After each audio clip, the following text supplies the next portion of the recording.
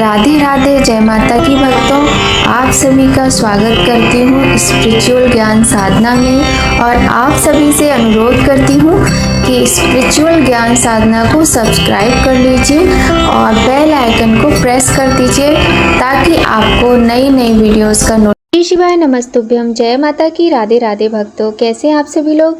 आशा करते हैं देवों के देव महादेव और माँ आदि शक्ति की कृपा से, उनके आशीर्वाद से आप सभी लोग स्वस्थ, प्रसन्न और मंगलमय होंगे। प्रिय भक्तों, आज श्रावण मास का प्रथम प्रदोष व्रत है, जो कि श्रावण मास के कृष्ण पक्ष का प्रदोष है और आज मंगला गौरी व्रत भी है, क्योंकि आज श्रावण मास के मंगलवार का दिन है। मंगलवार को मंगला गौरी माता का व्रत किया जाता है। श्रावण मास में भगवान शिव और माता पार्वती की विशेष रूप से पूजा की जाती है। श्रावण मास में मंगला गौरी के दिन यानी मंगलवार के दिन ही आज श्रावण मास का पहला प्रदोष व्रत भी है। तो आप सभी को माँ मंगला गौरी और प्रदोष व्रत की हार्दिक शुभकामनाएं। प्रिय भक्तों, प्रदोष व्रत प्रदोषम के नाम से भी जाना जाता है।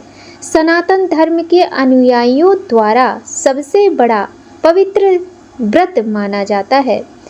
इस पूजा कृष्ण पक्ष के 13वें दिन पर की जाती है। इसकी पूजा जो भगवान शिव और माता पार्वती को समर्पित है।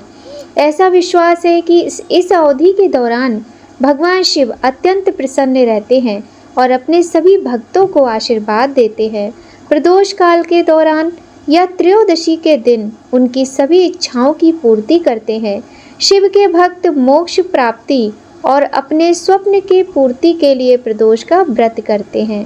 प्रदोष व्रत की पूजा त्रयोदशी तिथि के संध्या काल में दोनों चंद्र पक्ष के शुक्ल और कृष्ण पक्ष पर भी की जाती है।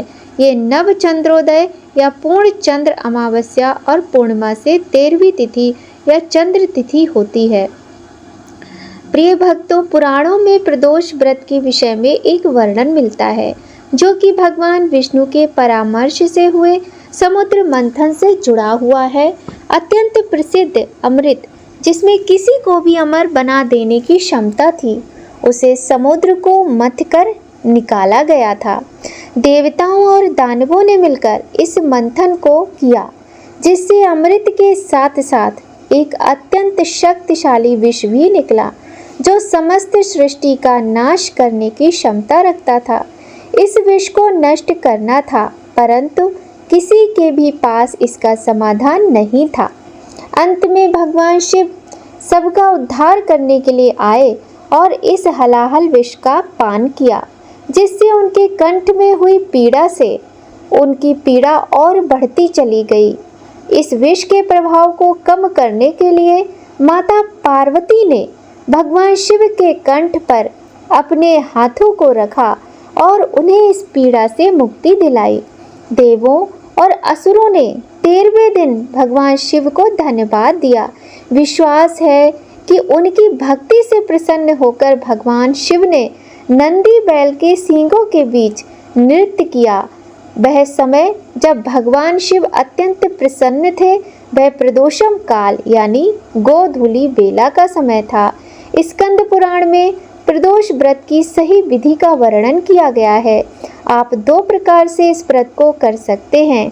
24 घंटे का व्रत रखें, जिसमें रात्रि के समय सोना नहीं होता है। अन्य प्रक्रिया है कि सूर्योदय से लेकर सूर्यास्त तक उपवास करना और संध्या में शिव पूजा के पश्चात व्रत को खोलना। आइए भक्तों, आज के इस पावन दिन श्रावण मास के अत्यंत पवित्र भौम प्रदोष के व्रत के दिन हम आपको भौम प्रदोष व्रत की सुंदर कथा सुनाते हैं। सभी लोग मिलकर इस कथा का बड़ी ही श्रद्धा और प्रेम के साथ रसपान कीजिए। इस कथा को सुनने मात्र से भगवान शिव अत्यंत प्रसन्न होकर अपने भक्तों के समस्त कष्टों को दूर करते हैं। बोलिए गणेश भगवान की जय, गौरी शंकर भगवान की जय, लक्ष्मी नारायण भगवान की जय। प्रिय भक्तों, आज भौम प्रदोष व्रत है, तो आज भगवान शिव के रुद्र अवतार हनुमान जी की पूजा का भी विधान है। बोलिए हनुमान जी महाराज की जय। एक समय की बात है, एक नगर में एक वृद्धा रहती थी। उनका एक ही पुत्र था। वृद्धा की हनुमान जी पर गहरी आस्था थी। वह बड़े ही प्रेम से प्रत्येक मंगलवार को हनुमान जी का व्रत और पूजन किया करती थी और भौम प्रदोष व्रत का नियम वह सदा करती थी। एक बार हनुमान जी ने उन वृद्धा की श्रद्धा की परीक्षा लेने का विचार किया। हनुमान जी साधु का वेश धारण कर वृद्धा के घर गए और पुकारने लगे, अरे कोई है हनुमान भक्त जो हमारी इच्छा पूर्ण करे। आवाज उस वृद्धा के कान में पड़ी। पुकार सुन वृद्धा जल्दी से बाहर आई और साधु को प्रणाम कर बोली, महाराज क्या आज्ञा है। हनुमान वेशधारी साधु बोले, मैं भूखा हूँ, भोजन करूँगा, तुम थोड़ी सी जमीन लीप दो। वृद्धा दुविधा में पड़ गई।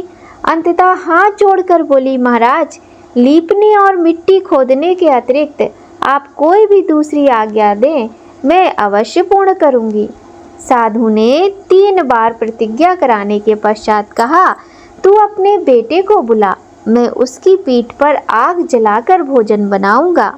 यह सुनकर वृद्धा अत्यंत घबरा गई, परंतु वह प्रतिज्ञाबद्ध थी। उन्होंने अपने पुत्र को बुलाकर साधु को सौंप दिया। वेशधारी साधु हनुमान जी ने वृद्धा के हाथों से ही उनके पुत्र के वो पेट के बल लिटवाया और उसकी पीठ पर आग जलवाई। आग जलाकर दुखी मन से वृद्धा अपने घर को चली गई और अत्यंत दुख पाकर रोने लगी। इधर भोजन बनाकर साधु ने वृद्धा को बुलाकर कहा, उनका भोजन बन गया है, अब तुम अपने पुत्र को पुकारो ताकि वह भी आकर भोजन कर ले। इस पर वृद्धा बोली, साधु महाराज आपने मुझे अत्यंत कष्ट दिया है, अब आप कम से कम उसका नाम लेकर तो मुझे कष्ट ना दें। वह अत्यंत दुखी होकर तड़प तड़प कर रोने लगी। लेकिन जब साधु महाराज नहीं माने तो वृद्धा ने अपने पुत्र को रोते हुए बड़े ही दुखी सुर में आवाज लगाई। वह अपनी माँ के पास दौड़कर आ गया।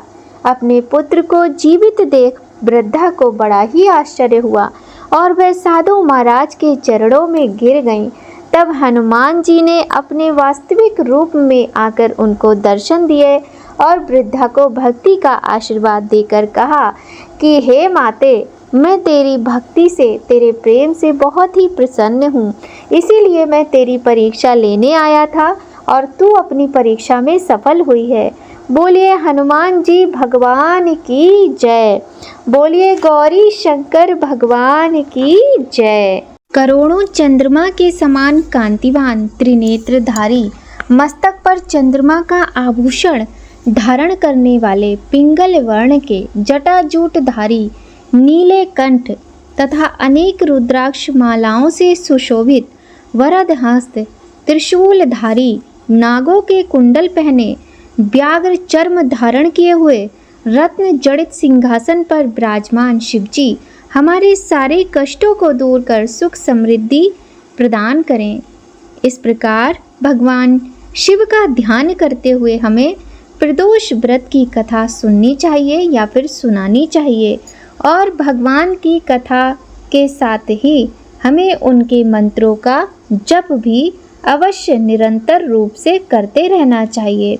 प्रिय भक्तों, आइए अब सुनते हैं सुंदर प्रदोष व्रत कथा। बहुत समय पहले की बात है। एक नगर में एक निर्धन ब्राह्मणी अपने पुत्र के साथ रहती थी। उनके पति का देहांत हो चुका था। उनका संसार में कोई नहीं था, सिर्फ एकमात्र उनका पुत्र ही था। कोई आर्थिक साधन भी नहीं था, कोई सहारा भी नहीं था। ऐसे में वह रोज सुबह अपने पुत्र के साथ भिक्षा मांगने के लिए निकल जाती थी। जो कुछ थोड़ा बहुत अन्न मिलता था उसी से उनका गुजारा होता था। एक दिन जब ब्राह्मणी रोज की तरह भीख मांगकर लौट रही थी तो उन्होंने रास्ते में एक बच्चे को देखा जो बुरी तरह से घायल था और दर्द में करा रहा था। ब्राह्मणी बड़ी ही दयालु थी। वह उस बच्चे की पीड़ा से द्रवित हो उठी और उसे अपने घर ले आई। उसने न केवल उनका उपचार किया बल्कि अपने पुत्र के जैसा स्नेह भी दिया। कुछ दिनों बाद वह ब्राह्मणी भिक्षा मांगने जा रही थी। रास्ते में उनको एक ऋषि मिले। उनका नाम था ऋषि शांडिल्य। ऋषि शांडिल्य को नमन करते हुए ब्राह्मणी ने उनसे अपने दुख दूर करने का उपाय पूछा। ऋषि शांडिल्य ने उनको समस्त मनोकामनाओं को पूर्ण करने वाले भगवान शिव और माता पार्वती के प्रदोष व्रत के विषय में बताया। तब ब्राह्मणी ने उनसे इस व्रत की विधि पूछी। तब ऋषि शांडिल्य ने उनको प्रदोष का व्रत विधि सहित बताया और भगवान शिव को स्वयं को समर्पित करने की सलाह दी। ब्राह्मणी ऋषि शांडिल्य को धन्यवाद देते हुए और प्रणाम करते हुए अपने घर वापस आ गईं और अपने दोनों पुत्रों के साथ भगवान शिव और माता पार्वती का नियम पूर्वक विधि विधान से पूजन करने लगी। इसी प्रकार उनके दिन चल रहे थे कि एक दिन उनका पुत्र अपने राजकुमार भाई के साथ बाहर घूमने निकला और वह स्नान करने के लिए नदी में गया। नदी में उसे अचानक एक धन पूरित कलश दिखाई दिया। जब उसने वह कलश देखा तो वह उठाकर घर ले आया और उन दोनों ने अपनी माँ को वह कलश दिखाते हुए कहा, देखो माँ, भगवान शिव की कृपा तो देखो, उन्होंने हमें धन के रूप में ये क्या दिया है। माता ने प्रसन्न होकर कहा, दोनों भाई आधा आधा बांट लो। तब राजकुमार कहने लगा, नहीं माई, यह धन तेरे पुत्र के भाग्य से उसे प्राप्त हुआ है, मैं इसे नहीं ले सकता। जब भगवान मुझे देंगे मैं वही लूँगा, मैं दूसरे के हिस्से का लेना नहीं चाहता। ऐसा कहकर बात वहीं पर समाप्त हो गई। एक दिन वह राजकुमार और ब्राह्मणी का पुत्र वन विहार करने के लिए निकले। जब वह वन में काफ़ी दूर तक निकल आए तब उन्होंने देखा कि वहाँ पर सैकड़ों गंधर्व कन्याएं विहार कर रही हैं। तब वह ब्राह्मणी का पुत्र कहने लगा कि मैं अब और आगे नहीं जाऊंगा और तुम्हें भी नहीं जाना चाहिए, क्योंकि यहाँ पर अनेक गंधर्व अप्सराएं विहार कर रही हैं। मैंने सुना है कि ये मनुष्यों के मन को मोहित कर लेती हैं और फिर अच्छा नहीं होता है। ऐसा कहकर वह कहने लगा, तुम ही जाओ, किंतु मैं नहीं जाऊंगा। तब वह राजकुमार बोला कि मैं वापस नहीं जाऊंगा, तुम चले जाओ। ऐसा कहकर वह राजकुमार आगे बढ़ गया और ब्राह्मणी का बेटा घर वापस लौट गया। राजकुमार को अंशुमती नाम की एक गंधर्व कन्या ने देखा तो वह उसको स्थिर दृष्टि से देखने लगी। उसे उस राजकुमार से प्रेम हो गया। वह अपनी सखियों से बोली कि तुम लोग निकट के वन में जाकर चंपा और मौलसरी आदि के ताजे पुष्प तोड़कर लाओ, मैं तुम्हारी प्रतीक्षा में यहीं रुकी रहूँगी। यह कहकर उसने अपनी सखियों को भेज दिया और वह राजकुमार को स्थिर दृष्टि से देखने लगी और राजकुमार से उसने कहा, यहाँ पर आप बैठिए। हे कमल के समान सुंदर नेत्रों वाले, आपका क्या नाम है और आप कहाँ के राजकुमार हैं? अपने विषय में सब कुछ बताइए। तब वह राजकुमार बोला, मेरा नाम धर्मगुप्त है, मैं विदर्भ देश का राजकुमार हूँ। शत्रुओं ने मेरे राज्य को मुझसे हरण कर लिया है। मेरे माता पिता स्वर्गवासी हो चुके हैं और मुझे एक ब्राह्मणी माता ने पाला है। तब वह कहने लगी, कोई बात नहीं, मैं आपको अपनी इच्छा से अपने लिए वरण करती हूँ। अब आप परसों यहाँ पर आइएगा, मेरा वचन कभी झूठ नहीं हो सकता, फिर हम आपसे बात करेंगे। तब वह राजकुमार कहने लगा कि आप राज्य विहीन राजकुमार के साथ कैसे रह सकेंगी? आप एक राजकुमारी हैं और मेरे पास कुछ भी नहीं है। तब अंशुमती ने कहा, मुझे ये सब कुछ भी नहीं पता, मैंने जो कहा है वह सत्य होगा, मेरा वचन कभी झूठ नहीं होता, बस आप परसों यहाँ आइएगा। तब वह राजकुमार वहाँ से चला गया और राजकुमारी के कहे हुए वचनों को उसने ब्राह्मणी माता को बताया। ब्राह्मणी माँ बड़ी ही आश्चर्यचकित हुई और राजकुमारी के द्वारा बताए हुए स्थान पर उसी के बताए अनुसार समय पर वह राजकुमार ब्राह्मणी के पुत्र सहित उसी जगह पर आ पहुँचा। वहाँ आकर अंशुमती के पिता ने उससे कहा कि मैं कैलाशपुरी को गया था, वहाँ भगवान शिव माता पार्वती के सहित विराजमान थे। उन्होंने मुझे कहा कि धरती पर राजच्युत होकर एक धर्मगुप्त नाम का राजकुमार घूम रहा है, तुम उसके साथ अपनी पुत्री का विवाह करो। मेरी आज्ञा है। प्रभु शिव की आज्ञा पाकर मैं अपनी पुत्री अंशुमती आपको सौंपता हूँ और आपके शत्रुओं द्वारा हरण किए गए राज्य को भी आपको वापस दिला दूंगा। राजकुमार ने भी अपनी स्वीकृति दे दी। उन दोनों का विवाह संपन्न हुआ। बाद में राजकुमार ने गंधर्व की विशाल सेना के साथ विदर्भ पर हमला किया और घमासान युद्ध कर विजय प्राप्त की।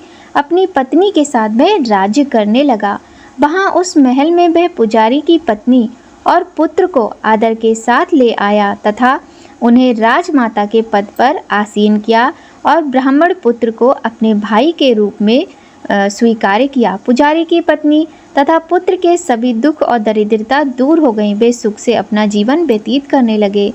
एक दिन अंशुमति ने राजकुमार से इन सभी बातों के पीछे का कारण और रहस्य पूछा। तब राजकुमारी अंशुमति को राजकुमार ने पूरी बात बताई और साथ ही प्रदोष व्रत का महत्व और व्रत से प्राप्त फल से भी अवगत कराया।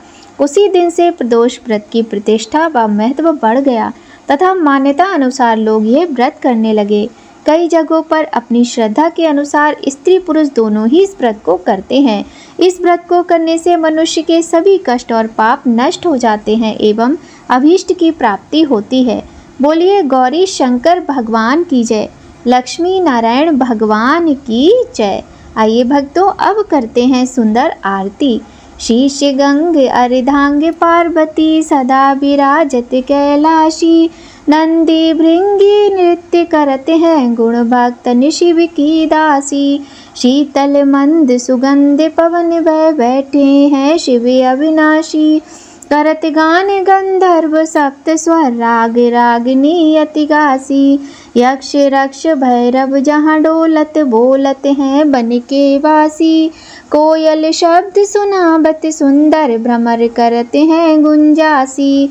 कल्प द्रुम अरु पारिजात तरु लाग रहे हैं लक्षासी, सूर्यकांत संपर्वत शोभित चंद्रकांत अपनी वासी।